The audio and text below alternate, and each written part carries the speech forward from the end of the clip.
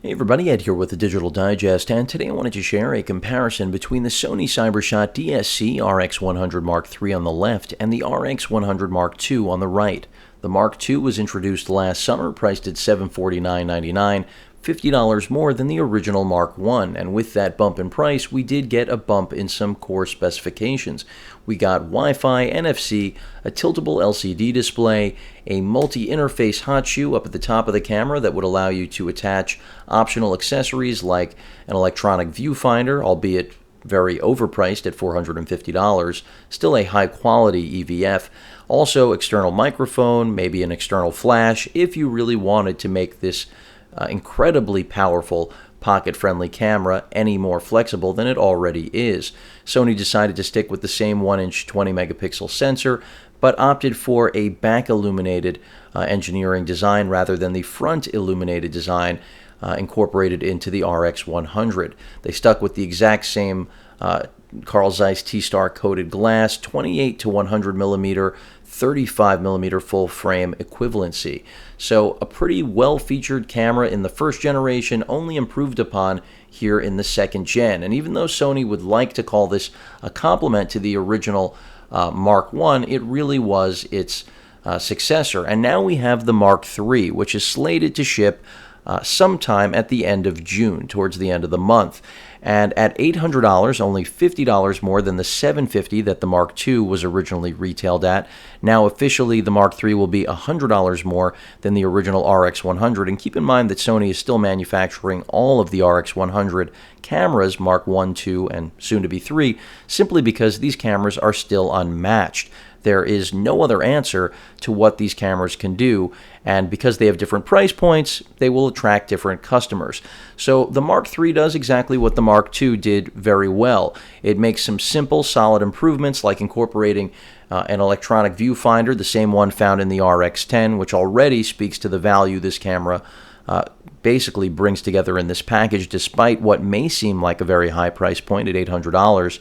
It also has a brand new piece of glass. So rather than the f1.8 28 to 100 mil glass that I just mentioned here in the RX100, Sony has opted to give away some of that optical range in favor of faster glass. We now have an f1.8 to f2.8 constant throughout a 24 to 70 millimeter piece of glass that is a 35 millimeter full frame equivalency in terms of range. So no longer do we have that reach, but we do have a faster, brighter piece of glass throughout its range. So overall, what should be a better lens. We also have, as I just mentioned already, the built-in OLED EVF, which extends out of the body. Of course, Wi-Fi, NFC, the same 1-inch sensor, but we also have a bump up in video quality, which is another big improvement in my opinion. However, we've also lost the multi-interface hot shoe that some may or may not have used on the RX100 Mark II.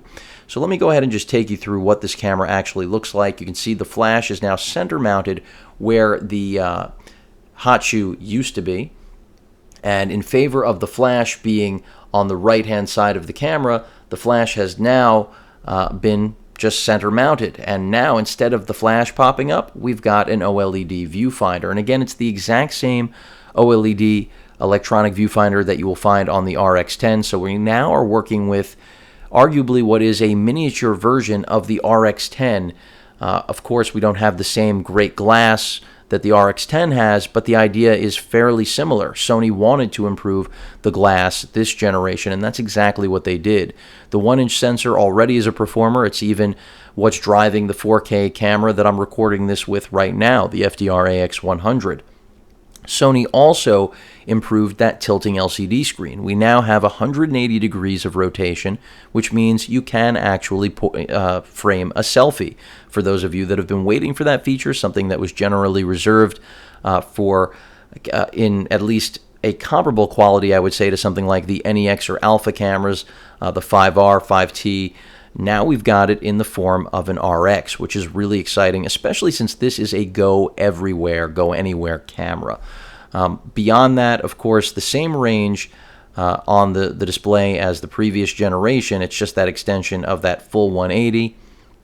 And as far as the top of the camera, you can see very similar to the current RX100 Mark II. You can see side by side there. I'll bring the shot out a little bit. And very, very similar in terms of fit and finish.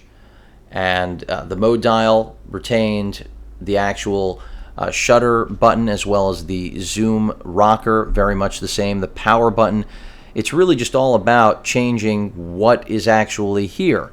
Now we've got a flash here on the Mark III, and instead of that flash being on the left, that viewfinder that so many people wished was in the original Mark I and then the Mark II. I know some of you are still wishing that this camera had a touchscreen. Maybe that will be part of the next revision.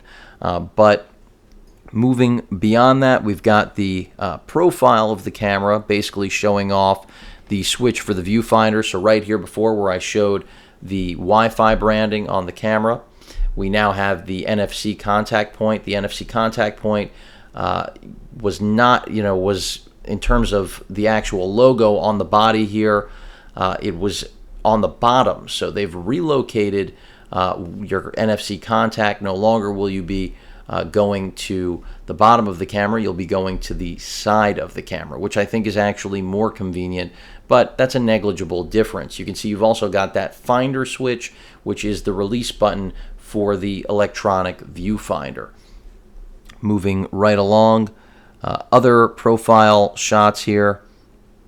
Essentially your ports. You've got your HDMI out as well as, which does give you a clean HDMI out for capture if you want to grade the video, because as I mentioned before, we do have improved video here. We have a full readout of the sensor, which equates to now a whole new level of video quality compared to what we had with the Mark I and Mark II. The Mark I and Mark II set standards for video performance in their class and form factor, but we've moved beyond AVC HD in terms of a container for Sony's highest end video quality in consumer cameras, and we're now working with xavc-s, which is the same thing again that I'm recording this in right now. At 4K, you get 60 megabits per second on the video camera I'm using here, which is utilizing basically the same 1-inch sensor that this camera sports. But here, Sony not able to offer you 4K just yet, maybe next gen. That's what I'm hoping for, if it's possible. But here we've got, even though we don't have the 4K, we do have 50 megabit per second 1080p at 60p. So that is your highest quality mode. Expect incredible video performance from this, granted its limited focal reach at that 24 to 70 range. And again, with how fast and bright this lens is, I just expect really good things both in terms of still and video. We've also got improved image stabilization. That's another thing I want to point out.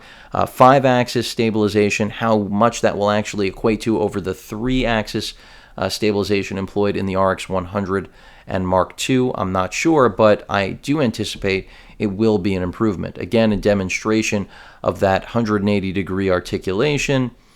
The selfie, as if we didn't understand where they were going with that. Also, the OLED viewfinder extends out. Not only does it actually eject, but then the viewfinder, which is also T-Star coated, something to point out, extends out away from the body, which makes sense. Sony showing off that you do have that 1-inch sensor, still the largest sensor that you're going to find in a pocket-sized camera like this, the 100 Mark II or now Mark III. But a big element that I have not mentioned is the new processor driving this camera, the Beyond's X.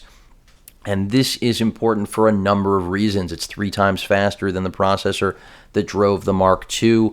So even though, yes, you still have 10 frames per second continuous shooting, I'm talking about the JPEG engine. I'm talking about the way the camera performs, the way you go through menus, everything about the way this camera is going to actually operate, because after all, that is what the processor is going to either allow or act as a bottleneck. And the Beyond's X is the same chip you're going to find in all of Sony's high-end flagship cameras, the A7, A7R, the RX10, the RX100 Mark II, unfortunately, just didn't have that benefit. It was before its time, the Mark II, that is.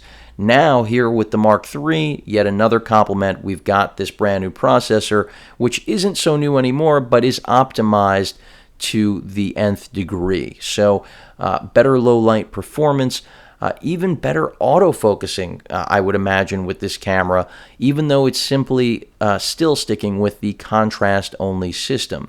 So snappier, more responsive camera with more features. It just seems to add up to a win in every possible way for anyone who's in the market for a pocket-friendly camera that really has absolutely no compromises, especially when you look at the competition, which there simply isn't any. So at $800, the RX100 Mark III looks like a winner.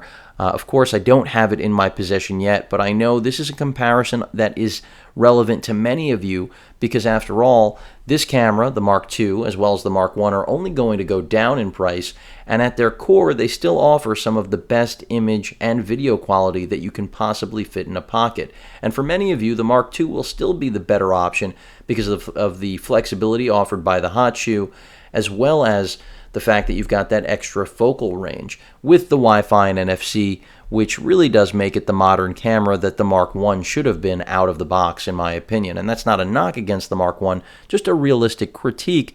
But this was the first camera from Sony to sport Wi-Fi and NFC in a single body. So we have an improved lens, the same great sensor, an OLED viewfinder, a fully articulating 180-degree display, a flash that will allow you to bounce and project light the way you would like to, and all in just a slightly larger body. At $50 more, it seems like a relative bargain, especially since this is, for the most part, the innards, including the viewfinder, of an RX10 without the lens, and improved video performance, which will come, I assume, with in the form of an RX10 successor as well eventually. But for now, this really is a knockout from every single perspective. I mean, the glass, the sensor, Wi-Fi, NFC, this new stabilization, new video performance. Again, that's one of the most exciting things for me, is that we've now got 50 megabits per second at 1080p. Here we were working with 28 megabits. And one thing I have neglected to mention is you will have access to Sony's Play Memory application store, something that the RX100 Mark II was limited in its capabilities of handling. I think that's another thing that has to do with not only the generation and marketing, but also that Beyond's X processor being able to deal with substantially more. But that's just what I'm theorizing. In any event, the Mark III looks like, as I've said before, it's going to make just about every user in the market for a high-end pocketable camera very, very happy. And for those of you who think this cannot replace a digital SLR, I challenge you to go out and pick one up, whether it's the original RX100, Mark II, or Mark III. When it comes to image quality and video quality, you will be stunned. I assure you of that, and that's why I'm so excited to get my hands on the Mark III. Hope all of you enjoyed this video. By the way, they do take the same battery, and battery life should be just about on par. That's about the only thing that I just remembered that I left out, since, as many of you know that subscribe, all of my videos are completely on the fly here, no scripting. So that pretty much sums things up. Hope you all enjoyed the video. These are great cameras, no matter which you go with, the 100, the Mark II, or the Mark III. I think it mostly comes down to budget and what you actually need. I think many users are still very happy with the original Mark I, don't care about the Wi-Fi and NFC, but I think now the Mark III is going to lure a lot of those original Mark I owners in, because overall, even though it lost a little bit of focal range, this really is just about the best pocket camera ever made, coming from the company that already had that title. And the Mark II was really just an incremental update that I think a lot of you didn't feel was worth the jump. This camera, on the other hand, seems to have just about everything in its favor. So a lot to like here, and if you haven't noticed, I'm excited to share it with all of you once I finally do get it. Any questions or comments, please feel free to post them. And of course, as usual, please feel free to subscribe. Later.